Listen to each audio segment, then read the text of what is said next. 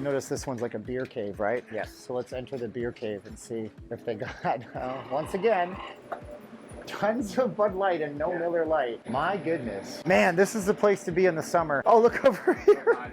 Once again. Hey, look, there's nothing here. Man, I can't believe that this city is actually caring about this stuff. That is wild. What's going on, everyone? Sauce Kenny here today. We're going to be reviewing what's been going on with Bud Light. I know I haven't done a Bud Light update as of late, but I wanted to get all the information out. It's Friday. Happy Friday to everyone. I hope you all doing well. I wish you all the best, and I'll see you guys on the live stream tonight. So let's get into the video. So as you know from the intro, Las Vegas Strip appears to be boycotting Bud Light, right? And in the video you saw, the guy was surprised. He's like, I can't believe in Las Vegas, people are actually caring about this stuff. And it shows that it's working, guys. And I'll show you some of the evidence that's been coming out. I know if you follow other YouTubers, you probably already know most of the information, but I'm going to give my take on the situation, as I was the one who was like, yo, this needs to stay up until, a quarter at least. And we're almost there. Like I think May ends the first quarter of the year. So we'll hear their sales report and see how much damage they actually took. Because, Bud Light ain't going to go out there and market it and tell you. And you're going to see some of the damage control that Bud Light is going to try to do. So let's get into this video. People are enjoying Las Vegas Strip, seems to be doing so without drinking much Bud Light. Anheuser-Busch and Bud Light has been taking nonstop fire ever since teaming up with Dylan Mulvaney. If you've been watching the Bud Light stuff, you probably already know this. But if you haven't, this is the first time you've seen this. You must have been living under a rock. Bud Light decided to market with a guy that pretends to be a woman, and people took issue with that because Bud Light was like the straw that broke the camel's back, because people are tired of these companies bringing politics into their marketing, into their ideology, and alienating customers. Now, Bud Light tend to do it with the wrong customers because they realize how much of their customers don't like this stuff, right? And they're suffering the consequences of that action. So let's get back into the article. Sales have taken a monster hit. Multiple celebrities have publicly dragged the beer ban, and it seems that it doesn't seem like anyone is interested in slowing down. Well, it turns out people are crushing it in Vegas might be getting on the boycott, right? Sorry about that. People in Vegas seem to be opting for something other than Bud Light. As you saw from the video, popular YouTuber not leaving Las Vegas, real name Steven, is famous for chronicling all the craziness in Sin City. He posted a video Tuesday night checking out locations selling alcohol on the Strip, and one is clear. There's plenty of Bud Light available, with other popular brands having been picked clean. That's the video you saw in the intro. Bud Light sales are completely collapsing. Sales are down 21% by volume and 17% by dollars. Right? This might be the greatest example ever of going woke, go woke, go broke. And good salute to everyone that's been participating. Some people who be like, I've been participating. I don't buy beer, right? Shout out to you guys as well. We did this, right? This was a grassroots boycott, right? When people were like, yo, let's boycott this stuff. We're tired of this stuff. They don't seem they don't learn their lesson. How many times do we have to teach you this lesson, old man? Right? And these companies, they need to feel it. Especially we're in a recession right now. Sorry, some people think that we're not in a recession, but I believe we're in a recession right now. You can't be doing stuff like this anymore. Companies no longer have the luxury to get political anymore. But I digress. I got a lot of articles to go through, and I think this video made its point clear. This is where I got the video from.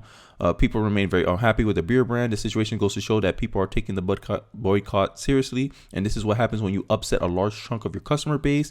It's not like Bud Light is an irreplaceable item, just a bunch of different light beers options, but not only one to choose to team up with a transgender activist whose entire brand is mocking women. And if you're for him or against him, this is true. Women do see Dylan Mulvaney as someone who's mocking women. Just like if a white guy or a white woman painting herself with a black face and she acts like, oh, look at me, I'm eating fried chicken, black people feel mocked by that as well.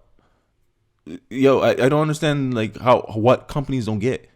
Companies, you marketing with Dylan Mulvaney is like you marketing a white guy that's famous for mocking black people with blackface. That's what you just did, except for women, right? Simplest way I can explain it. So if you don't understand why this boycott is popular, oh, you shouldn't boycott him. It's not because claims to be a transgender. It's not about none of that. It's about stuff bigger than him. And I remember some people were mad about me covering it and said, oh, you're just giving him more attention. And I was like, hey, if we can associate Dylan Mulvaney as being a controversial, toxic brand, I've done my job. Because it don't matter how much attention he gets. He's getting the wrong kind of attention. And if you can look back, it's my most popular video. I made the claim in there. And it seems to be, my claim seems to be following through with reality. That if Dylan Mulvaney becomes such a thing that it becomes toxic, then they're going to stop pushing this stuff. It's fine. We're not going on his page telling him, oh, you can't do this. No, we're attacking the company. We're not attacking Dylan. We're attacking the company. Now, we can make fun of Dylan. At the end of the day, people make fun of everybody. People make fun of me. Like, once you put your face out there, you're open to criticism. And that's what I accept. But hey, I digress. I don't know.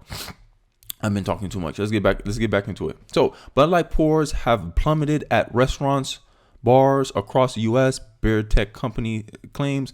Beer Board, a tech company that provides data to beverage industries, says that Bud Light has been seeing a significant decline in pours at restaurants and bars across the U.S. following the company's decision to partner with controversial transgender influencer Dylan Mulvaney. Approximately 3,000 locations that use Beer Board technology logged 6% less Bud Light sales from April 2nd to April 15 after calls for boycott against the company, Axios reported. The partnership between Bud Light and with Dylan started in April 1st. And I believe they haven't tweeted since April 14, if I remember correctly. In the week that followed the announcement, Bud Light sales plummeted 11%. In the following week, the sales catered, dropping 21% in volume, the report said, according to data from the Nelson IQ and the Bump Williams Consulting. Wall Street Journal reported that the Daniel Blake, who oversees marketing for Anheuser-Busch mainstream brands, had been placed on leave over the incident. Now, I know a lot of people are speculating about the leave thing. Is this like a step for them being fired? And I might have some insights on this because I work in corporate America. I know for sure the VP, it was involuntary. She didn't want to go on leave, but they say, hey, go on leave, whatever. And she did. Now, there's two ways I could take this. I think, hey, yo, go away until this goes away, and then once it goes away, we'll bring you back. Because at the end of the day, they're getting paid for this. They're not fired. They're still getting paid for this, right? Now, the Daniel Blake guy, I heard it was voluntary. He voluntarily wanted to leave, not leave, but go on leave. He said, no, I'm taking a break from this. My subordinate messed up. I'm taking the hit. I'm out too. And I think this was all it is. I just think it's a time for them to relax, get a breather. And then secretly, without announcing it, they'll bring them back into some other department. Who knows? But for sure, I know this. They're still getting paid. So in my mind, they're not fired. Because I base things on the result, not the intention. Oh my God, they're not working there anymore. Yeah, they're not working, but they're still getting paid. This is a pay time off for them right now. So to me, they're not fired. If you're still getting money from your employer, you're not fired. You're just on leave.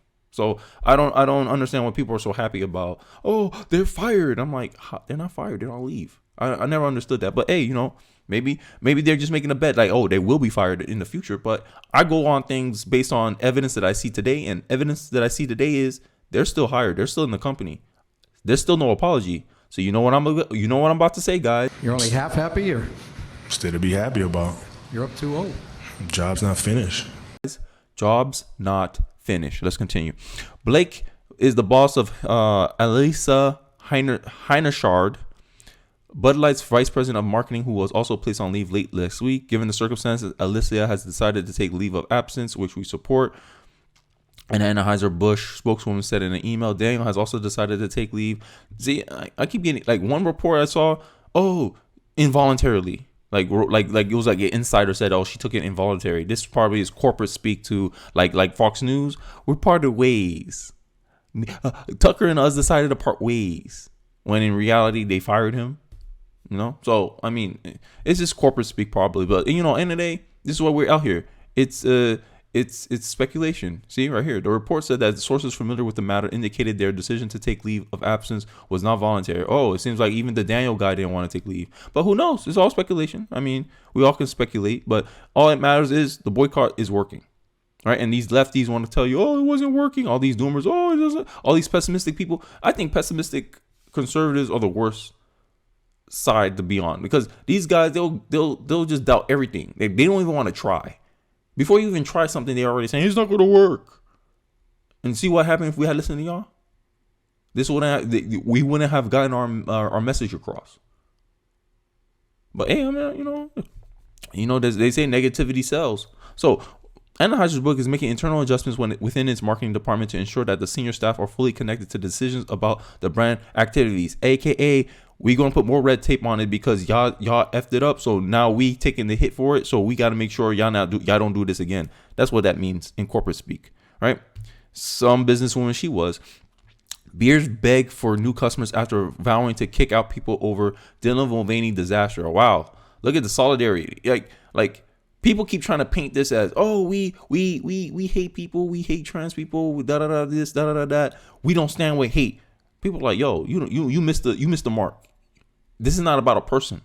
It's about an ideology. It's about an idea that you guys keep pushing in your ads, that men can be women. Right? You got Dylan Mulvaney. I heard he's on Maybelline now. Women, y'all better handle that. I'm sorry. At this point, yo, we did our job. Now y'all got to do your job now. Get him on Maybelline. wait, I forgot how the slogan goes for Maybelline. Maybe it's magic. Maybe it's Maybelline. So people are going, maybe it's magic. Maybe that's a man. You guys are funny on Twitter. I need to find that. Maybe I'll do a story. I'll probably do a video on the Maybelline stuff. But yeah. Job's not finished. People are still. I mean, it's an old video. I heard the Maybelline thing is old. Sorry, I'm sidetracking. We're talking about Bud Light here. The Fairfax Bar and Grill in Bloomington, Indiana, has found itself in a PR nightmare scenario after trying to stand with Bud Light. The bar in Birmingham shocked people when it announced earlier in April that it would remove customers who had an issue with Bud Light teaming up with transgender activist Dylan Mulvaney. I wonder how they do that. They would be like, "Oh, you want a Bud Light?" And if the person said, "No, I don't want a Bud Light," get out of my restaurant. Is that how it works, bruh? We are tired of all the hate. Is not hate. Define it. We're very open to debate and discussion. No, you're not. And it's truly a shame that we can't have open conversation about this important political issue, cultural issue. If someone came up to you, okay, bar owner, someone came up to you and said, hey, Dylan Mulvaney's audience, its majority of, it's about maybe 70% children under 18. And a beer company used him as a marketing tool. And someone said, I take issue with Dylan Mulvaney marketing to kids for alcoholism. How are you going to debate that? How are you seriously going to debate against that? You're going to make it about something else. You're going to move the goalpost. Oh, no, this is not about this. It's about that. No, in reality, this is what it's about. You gave a branding marketing tool. It's like giving, one of those kids YouTubers? Ryan World? I'll use him as an example. It's like giving Ryan World a Bud Light and say, hey, look at Ryan World with the Bud Light. Parents ain't going to take the same issue with, just the same as Dylan Mulvaney? Exactly. So, you don't want to have no open discussion. You want us to see the issue the same way you do. You think it's about hate when really it's about an idea. Go woke, go broke. How many times you been hearing that statement? People in the middle, leftists, like people like me. We're tired of this stuff. Though, stop pushing your religion on us. That's how we take. That's how we taking this stuff now. Or as Tim Pool say, it's a cult. So I digress. Let's get back into the video. Bars, in our opinion, exist as public spaces where ideas should be exchanged. Unfortunately, due to all the bigotry and hatred, see, imagination, this is imagination. We don't hate him. We're not scared of him. We're just saying, hey, this idea you're pushing, I don't vibe with it. Stop it. Get some help, as Michael Jordan will say.